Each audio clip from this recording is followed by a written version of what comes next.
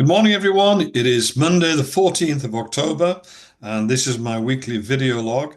A really important one. I urge you to watch this right through to the end. So let's get started. In this edition, we'll have the usual look at what's going on with the October options and also my picks for the week. But much more importantly, we're going to be looking at a question of how, if and how we can make money on stocks as well as on options. You might not believe that we would even ask this question. Should the stocks we own be in profit? Well, it comes following an analysis that says a lot of the stocks, even most of the stocks that we own, are not in profit in their own right. Many are in profit if you take into account the option income, both calls and put income on them, but not as a standalone trade in their own right. And we have a lot of accounts that are in very good profit, but the actual individual shares, or many of them in those accounts, are not. So let's see where we're going with this. But first, a call to action. Uh, I want women, men, children even, perhaps a little bit older children, to form an elite band of traders capable of doing 10% per month in trading gains. Now, since the 1st of July this year, we've transformed the success of the 7 investment clubs that I support. They, with one exception, have moved into profit, considerably increased their profitability if they weren't already in profit. The exception is Sapphire, and that's moving rapidly in the right direction. 5 to 7% per month in gains is now normal. But it's very clear to me now that 10% or more is achievable if we pull the right levers. So I want a team of elite traders to join me on that journey towards 10%. Here are the first 2 steps that you need to take if you want to join that team. Step 1, it's really easy. Just watch this video through to the end. Step 2, be or become a member of one of these investment clubs. Diamond, Fortune, Tees, Sapphire, 100th Millionaire, Quarterly Income, or Extra Income clubs. You can do that with as little as £100 per month, although I'd actually advise you to put in £1,200 up front if you're going to do just that amount of money. And there's no upper limit. We have people who literally put in over 100,000 and more. Step 3 and 4, then I'm going to talk about those at the end of this video. So, first of all, let's ask the question, why do stocks get into losses? Since the 1st of September 2024, there have been 12 new all-time highs in the S&P 500. And since the 1st of April this year, there have been 36 of them. I believe that since the beginning of the calendar year, it's more like 50. So there have been around 134 trading days since the turn of the financial year that have had maximum new highs. So 27% of the trading days have new all-time highs. Why aren't the stocks in profit? And typically, in fact, on average, 82% of the stocks that we currently hold are not in profit. They are at prices below those that we paid for them. Let's just see on here what the situation is. So the first column is stocks. That's how many stocks these clubs actually have solid positions in. They own the stocks rather than having just sold a put. The next column says how many of those stocks are in a loss situation if you exclude the income that's been generated on them. And the percentages that are there. The best, if you like, is 71% of losses, and the worst is 89%. The average is 82%.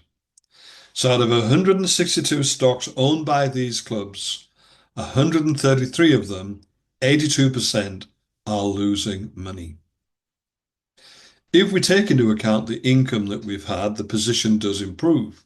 In fact, then we've got 81 of the stocks that are losing money, and that brings it down to 50%. Still unacceptable as far as I'm concerned. But then if we look at the puts that we sold in September and the prices that we were paying, or the prevailing price of the stock when we took the trades out, then we find a different situation. There are 78 such shares involved in these puts, and only 27%, that's 35, sorry, only 27, that's 35% of them are a loss. So in other words, if we'd bought those 78 shares, then 27 of them would have been in a loss situation now. That's 35%. In October, we have 95 puts that were sold, and only 26 of those would now be in a loss situation. So even though we're at a nearer point in time, in fact, the October ones haven't even finished yet, we've got a lower percentage again, this time 27% would be in a loss had we bought the shares instead of selling a put on them. And in actual fact, I had to estimate the price of the share at the time we did the trade. And all I did was take the one strike price above the strike price that we actually selected. So if the strike price was 20, then I go for put the price in here as 21, because that's the way I've been selecting strike prices. So how on earth do we get into this situation? Well, we do pick some wrong stocks. The system of stock picking isn't perfect, and we're not aware of any perfect system in the world. However, it is a minority of stocks. And it doesn't matter whether you use the TICN system 4x4 or my enhanced version of the 4x4 system, or how Anna chooses to enhance it, or just about any other quality filtering system. It is actually not difficult to choose a majority of stocks that are going to be in profit. So if we get the right stocks, what's the next problem? We have paid too much for them. And in the vast majority of cases, that is the problem. We paid too much for the stock. We chose strike prices that were potentially halfway between what the current share price was and what the potential of that share price to get to is. And guess what? They don't get there. More often than not, even in this rising market, they haven't got there. That is why I have abandoned that way of choosing a strike price. Now I'm basically selling only below the current price, so out of the money strike prices on the stocks when we sell puts. Another reason for stocks being in loss is that the whole market is down. Well, it isn't. It's at a very, very strong high. The economy is weak, not feeling the effects of that. Social change, people go off various stocks and things, fashions change, if you like, not aware of that particularly. Political and legal change, we have suffered from that. A lot of you might remember the stocks in a Chinese operating company, American company operating in China, LRN, which did education and getting people visas. That saw a change from the Chinese government. They wanted to make all employees Chinese, or virtually all employees Chinese.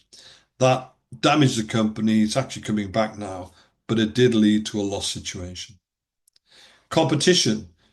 I think we might be beginning to see that in some of the stocks in the microchip area, where those with AI are running ahead of the game.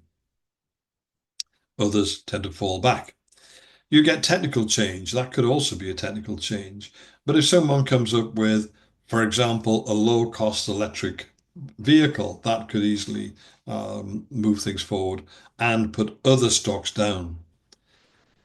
Natural disasters, uh, you can get those, and non-natural disasters. We saw that with SSRM, the mining company that had a major disaster in Turkey, and pure mismanagement. So there are lots of reasons, and I'm sure you could continue and produce your own list, which would be even longer. However, the four main profit drivers that we have are dependent on our stock selection. We bring income in from put option premium. Now that's not affected if we know what that is at the time of selling the put. Call option premium, we know what that is. However, we don't always take it.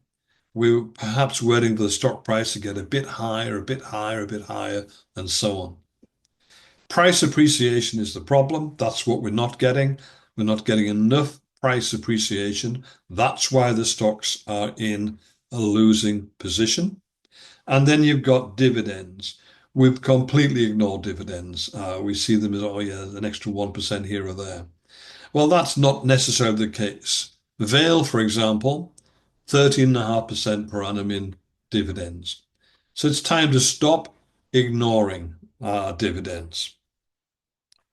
So from the start of July 2024 to the end of September, so 3 months, the clubs I supported have gained 15 to 20% over that period, even though they're accepting low price appreciation and ignoring dividend maximization.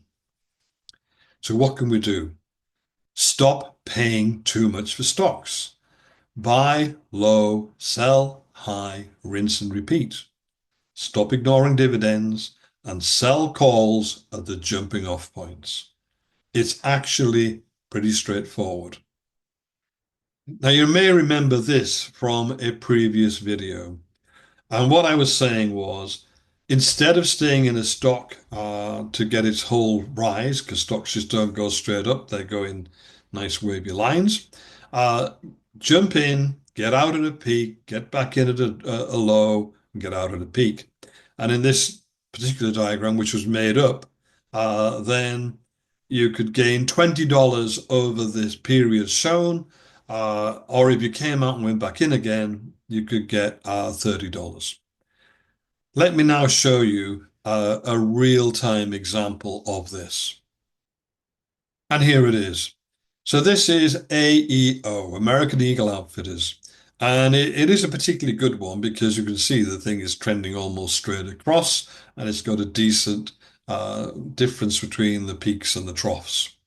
But had we entered this back at this point here and got out at the top, or at least somewhere near the top, it would have been 17 days later and we would have got 17%, 16.98%. If we'd got back in at the next low and out again the next high, we would have been another 17 days and almost 21%. And if we'd done the same again, we would have been back in and out again in another 16 days and nearly 22%. If we had simply bought or acquired the shares at the beginning of this cycle and kept them till the last peak, then we would have got 17.74%, and it would have taken 50 days. It's a very clear example. Now, if you add to this put income at the bottom and call income at the top, then we're in a position where even if we don't catch the exact bottoms and the exact tops, we would do even better than this is showing. So far, we're saying choose the right strike prices at or below current actual prices, and also jump in, jump out. Now, while I'm here, I just want to show you something else that I've added to my version of telecharts, and it's way up here. So you can now see I've got 3 dates here. The dividend declaration date, that's when they're going to say what the dividend will be. The ex-dividend date, that's the date by which we still need to own the shares if we're going to get the dividend. And then the payday, the actual date that the dividend will be paid. You can actually, as I understand it, sell the shares after the ex-dividend date, but still get paid the dividend. So that's going to prove really helpful. When we're making decisions about getting in and out, we can take into account those dates. So now let's take a look at what's happening with the October puts. And here we are. We're looking at what I've got going on, all the future puts now in these accounts. And you can see they're very sparse way up into the future. And be particularly careful because of the forthcoming presidential election. I'm a bit wary about what to go for there, but there's a few more in November, but nothing like the numbers we've got in October. So here we are, October. This is diamond.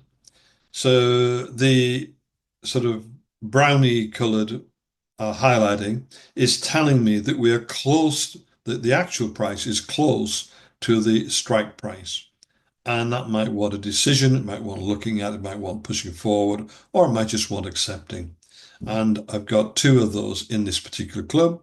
I've also got two that have got this mauve color. The first is TAP, and they've already been put and dealt with, and there was a profit there of nearly $300.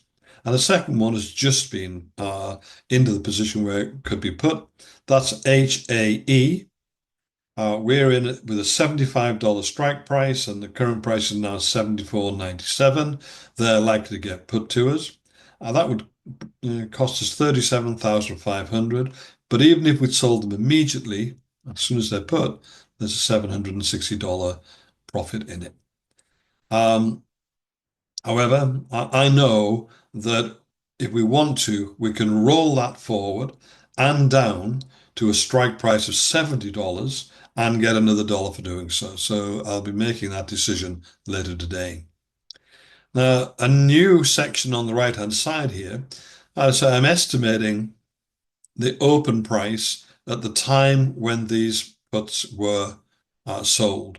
And in every case, they're just one strike price up from the strike price that we chose. And I then listed, well, where would we be now had we paid these prices for those stocks? And generally, here they are. Most of them are positive. But also, where I've highlighted them in green, they would have made a larger profit than the profit that is currently available from the put premium. So in other words, we would have been better off in these cases buying these stocks at the time. However, if you look at the commitment, $767,750. That's how much we would have had to spend to buy those shares at that time. And in fact, it would have been higher than that because that's the commitment on the strike prices that we chose, not the strike prices that are, over on the right-hand side. So we couldn't have afforded to do that. There wasn't that much cash or stock buying power in the account. And therefore, the 66,603, we couldn't have achieved that because we simply couldn't have bought the stocks. However, the 27,000 we're on for. But if we had some cash, then we could certainly have bought some of these stocks, or we could have gone to a slightly higher strike price and perhaps then had more of them put to us. So in some cases, I'm now looking at moving the strike price from one strike price below the current price to the current price and at the money stock. We'll see how it goes from there. There are other things I could potentially do. I could actually roll these puts forward and up to get a bit more time value out of them, but to make sure that the stock is put to us. So there are things we can try and do with it. That's diamond. Fortune, it's in a pretty good situation. There's only, again, we've got one. I've tried many times to push XRX, which is zero forward, and I'm not having much joy with that. We may well end up having to take this one and sell it. It still gives us a good profit, and I'll still be trying.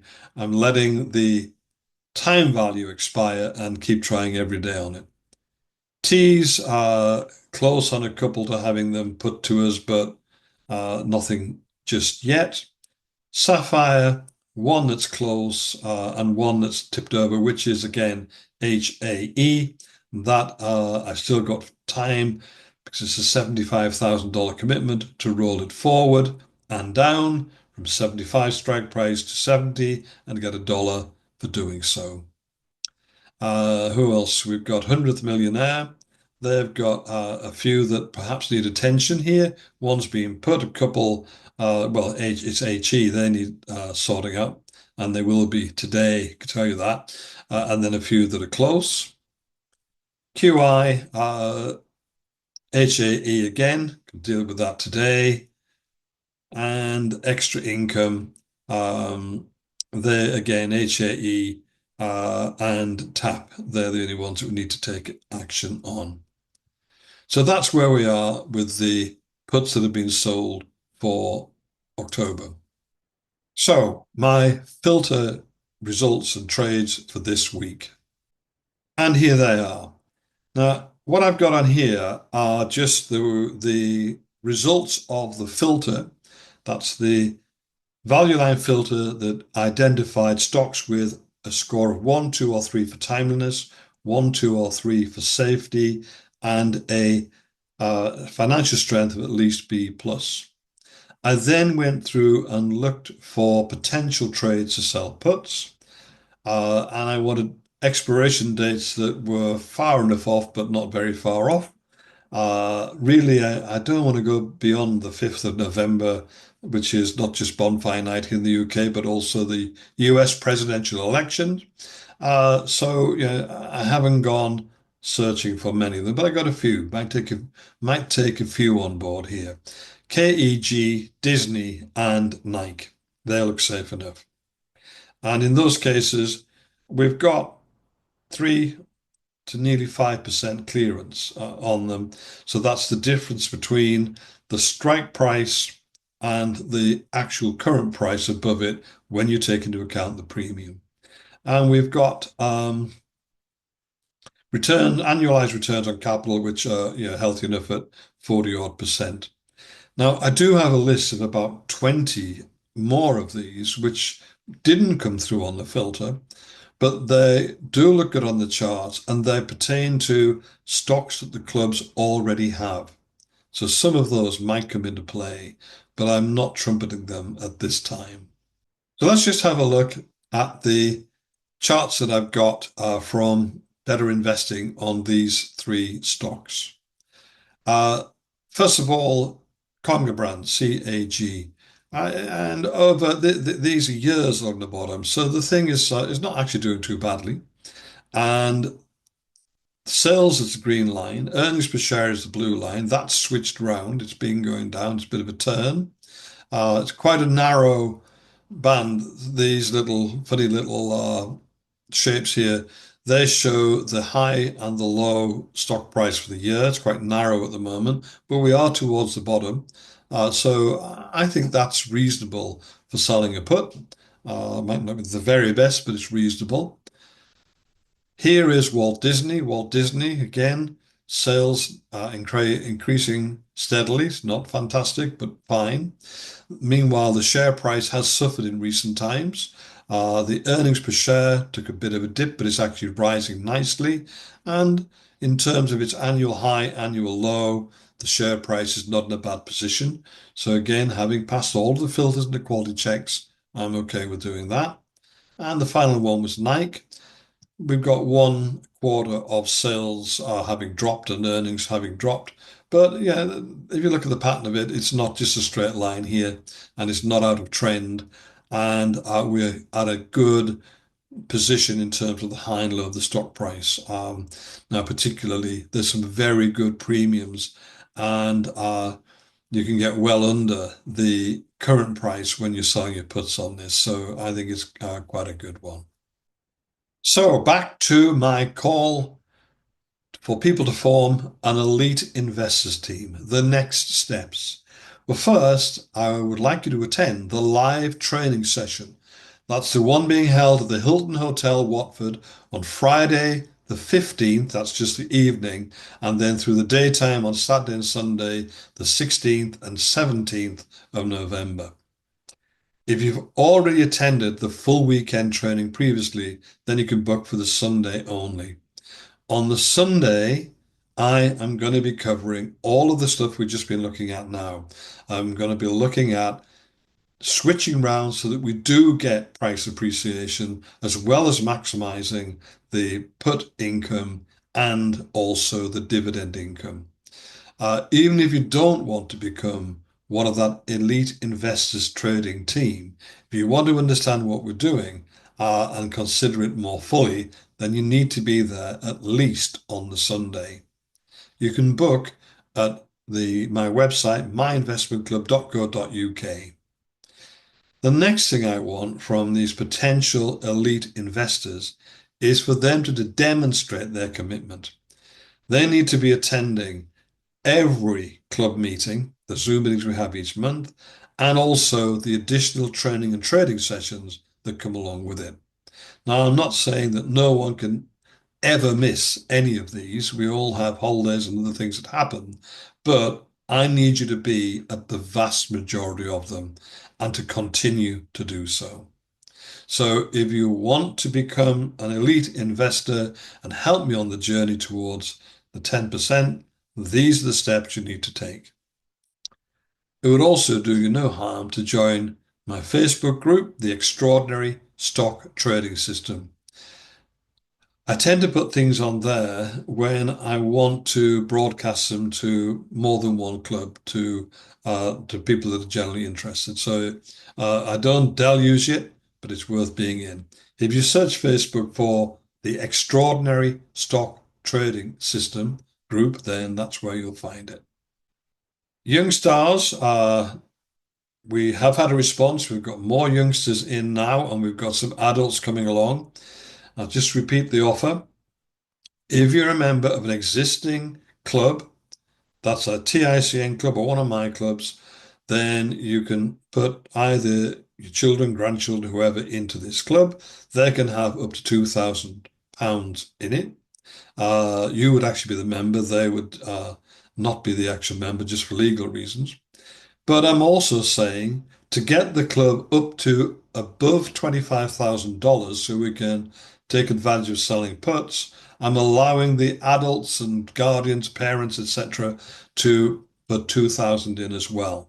You have to be in a situation where it's one of your kids or grandchildren, whatever, that are in. But if that's the case, you then qualify at the moment to put £2,000 or up to £2,000 in. This will close as an offer once we get a reasonable amount above that 25,000.